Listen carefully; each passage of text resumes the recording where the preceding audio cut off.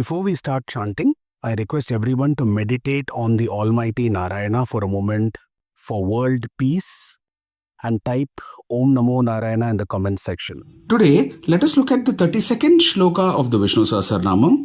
And before we look at the meaning of this shloka, let us chant this shloka for you. Bhuta bhavya bhavannata pavana pavano nalaha kamaha kamakrit kantah kamah kamah pratat prabhuhu.